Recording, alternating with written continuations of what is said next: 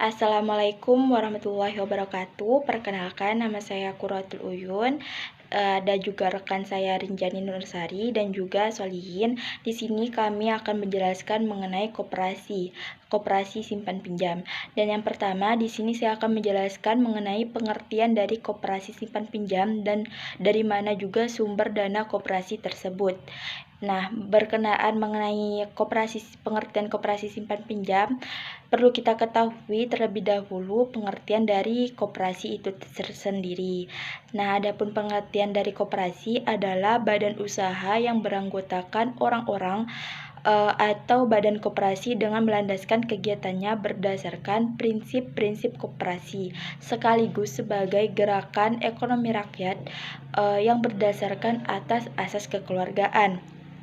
Nah, itu dia pengertian dari koperasi. Dan adapun pengertian dari koperasi simpan pinjam adalah koperasi yang menjalankan usaha simpan pinjam sebagai satu-satunya usaha.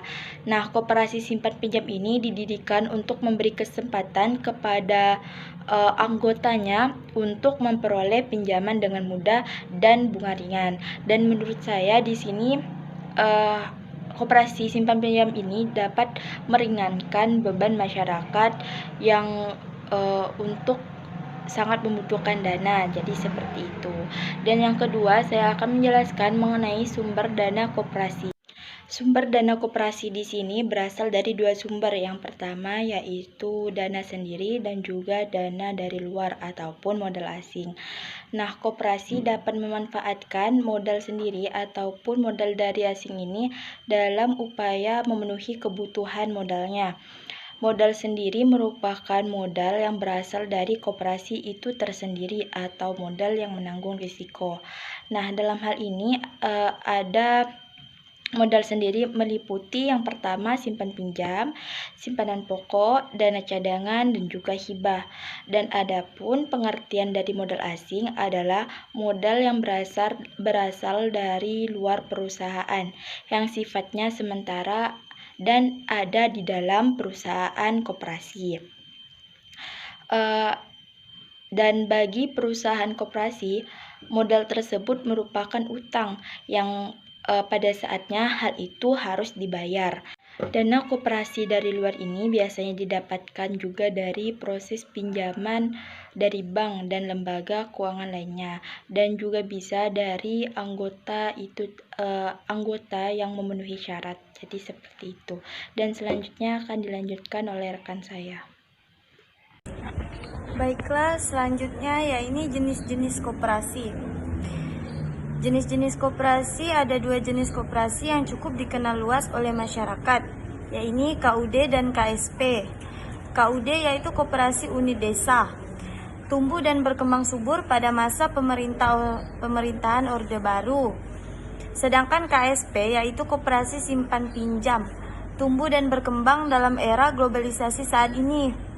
KUD dan KSP ini hanyalah contoh dari sekian jenis koperasi, sebagaimana dijelaskan dalam Undang-Undang Nomor 25 Tahun 1992 tentang perkoperasian, bahwa koperasi adalah badan usaha yang beranggotakan seorang atau badan hukum koperasi dengan melaksanakan kegiatannya berdasar prinsip koperasi, sehingga sebagai gerakan ekonomi rakyat berdasarkan atas asas kekeluargaan.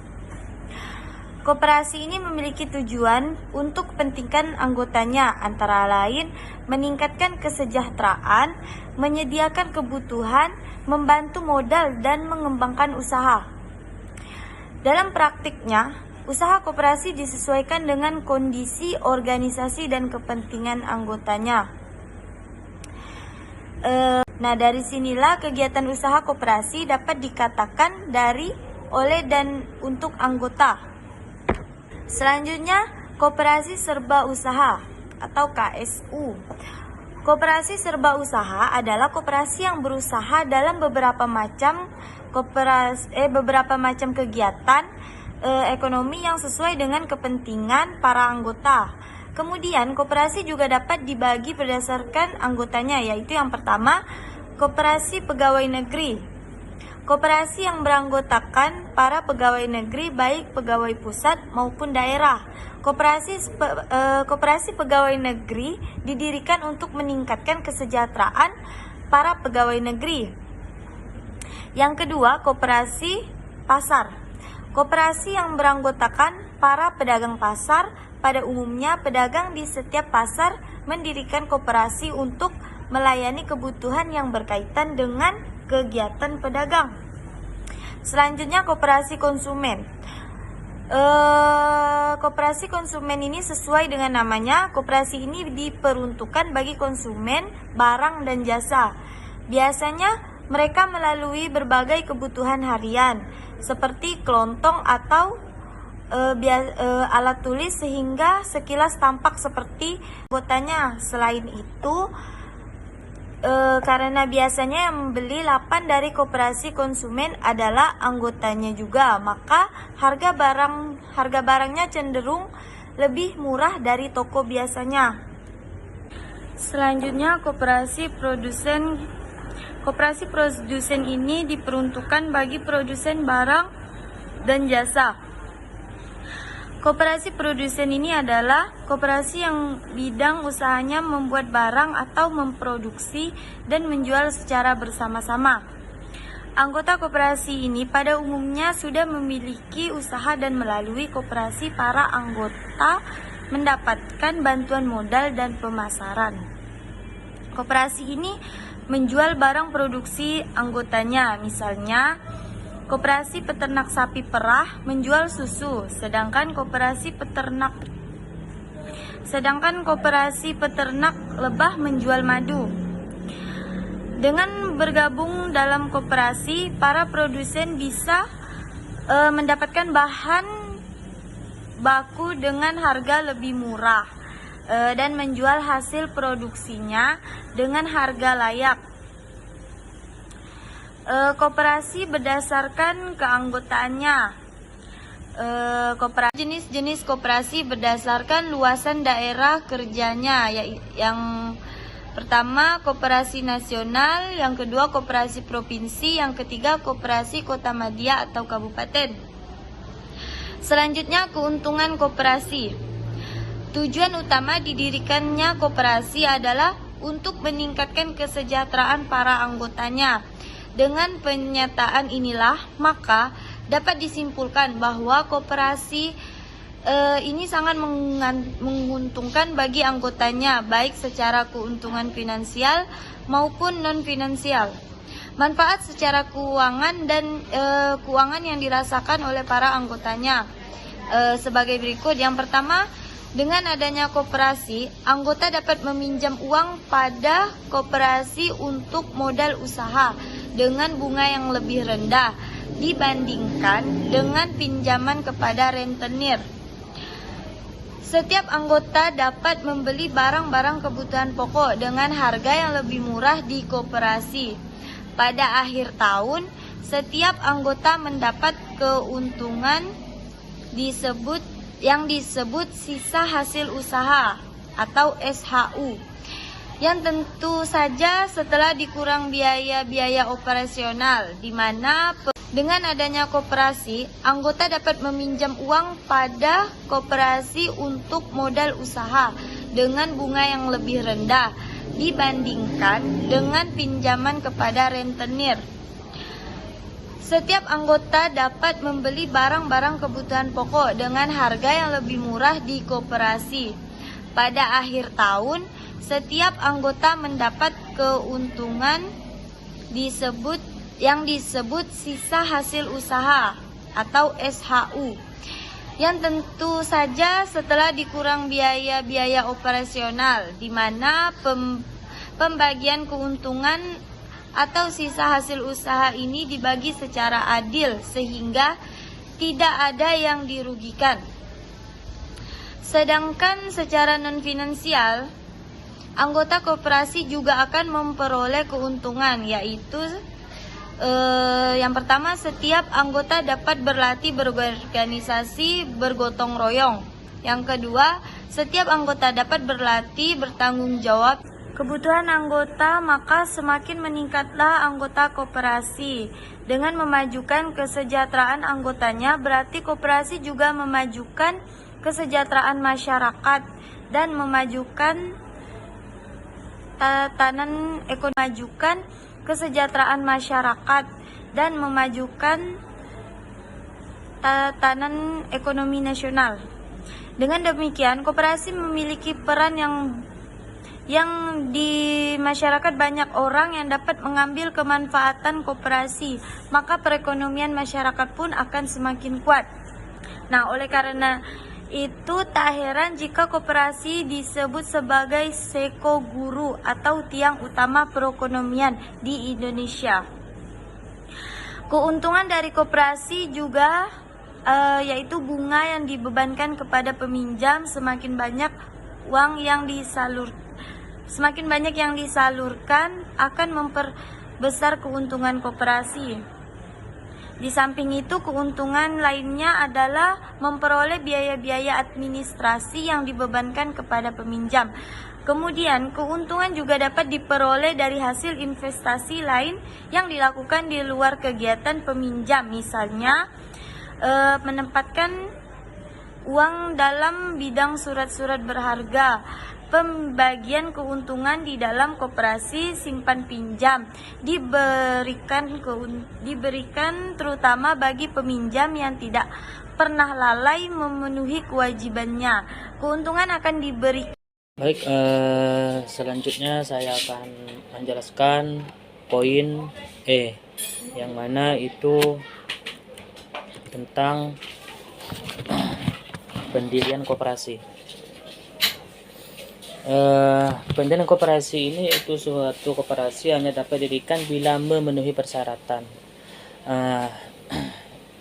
Di antaranya syarat-syaratnya itu yaitu pembentukan koperasi berdasarkan Keputusan Menteri Negeri Koperasi dan Usaha Kecil dan Menengah Republik Indonesia nomor 104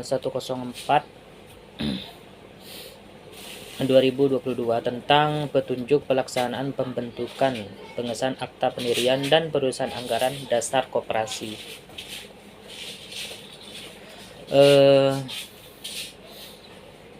Di sini dasar koperasi ini terbagi menjadi beberapa aspek, di antaranya yaitu koperasi primer. Yang nomor 2 itu usaha yang akan dilaksanakan oleh koperasi harus layak secara ekonomi. Selanjutnya itu pendiri koperasi primer sebagaimana tersebut pada huruf A adalah warga negara Indonesia. Selanjutnya tahap persiapan pendirian koperasi. Sekelompok orang bertekad untuk mendirikan sebuah koperasi terlebih dahulu perlu memahami maksud dan tujuan pendirian koperasi. Jadi kalau kita mendirikan koperasi itu harus memahami dulu maksud dari tujuannya mendirikan koperasi itu untuk apa. Dan perwakilan dari pendiri dapat meminta bantuan kepada Dinas Koperasi UKM ataupun lembaga pendidikan koperasi lainnya untuk memberikan penyuluhan dan pendidikan serta pelatihan mengenai pengertian maksud, tujuan, struktur organisasi dan manajemen. Di sini tahap rapat pembentukan koperasi. Setelah tahap persiapan selesai dan para pendiri pembentukan koperasi telah memiliki bekal yang cukup dan telah disiap melakukan rapat pembentukan koperasi. Rapat pembentukan koperasi harus dihadiri oleh 20 orang calon anggota sebagai syarat sahnya pembentukan koperasi primer. Selain itu, pejabat desa dan pejabat dinas koperasi dan UKM dapat diminta hadir untuk membantu kelancaran jalannya rapat dan memberikan petunjuknya seperlunya. Selanjutnya, anggaran dasar koperasi biasanya mengemukakan di antaranya itu nama dengan melampirkan satu anggaran dasar koperasi yang sudah ditandatangani, Yang kedua, berita acara rapat pendirian koperasi. Yang tiga, surat undangan rapat pembentukan koperasi. Yang empat, daftar hadir rapat. Yang kelima, daftar alamat lengkap. Yang keenam, daftar susunan pengurus. Yang ketujuh, rencana awal kegiatan usaha koperasi. Kedelapan, neraca permulaan dan tanda setor modal minimal 500 juta rupiah atau 5 juta rupiah bagi koperasi primer dan 15 juta rupiah bagi koperasi sekunder. Yang 9 itu khusus untuk KSP. Disertai lampiran surat bukti penyetoran modal sendiri minimal 15 juta rupiah.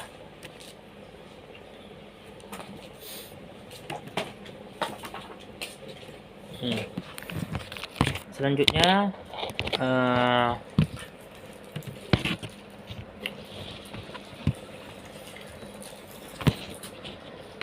Poin K itu keputusan terhadap pengajuan permintaan ulang diberikan dalam jangka waktu paling lama 1 bulan sejak diterimanya pengajuan permintaan ulang. Selanjutnya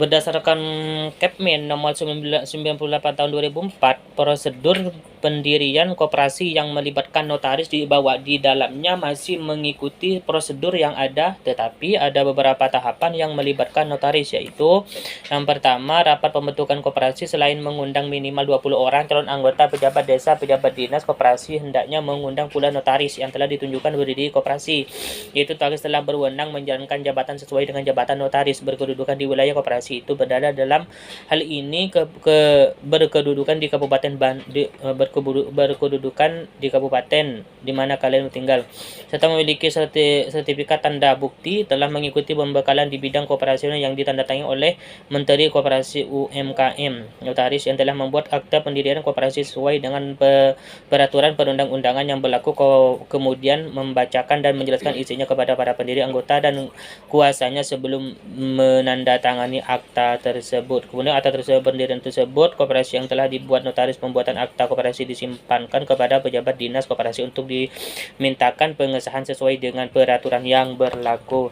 Sekian dari saya yang mewakili teman-teman saya.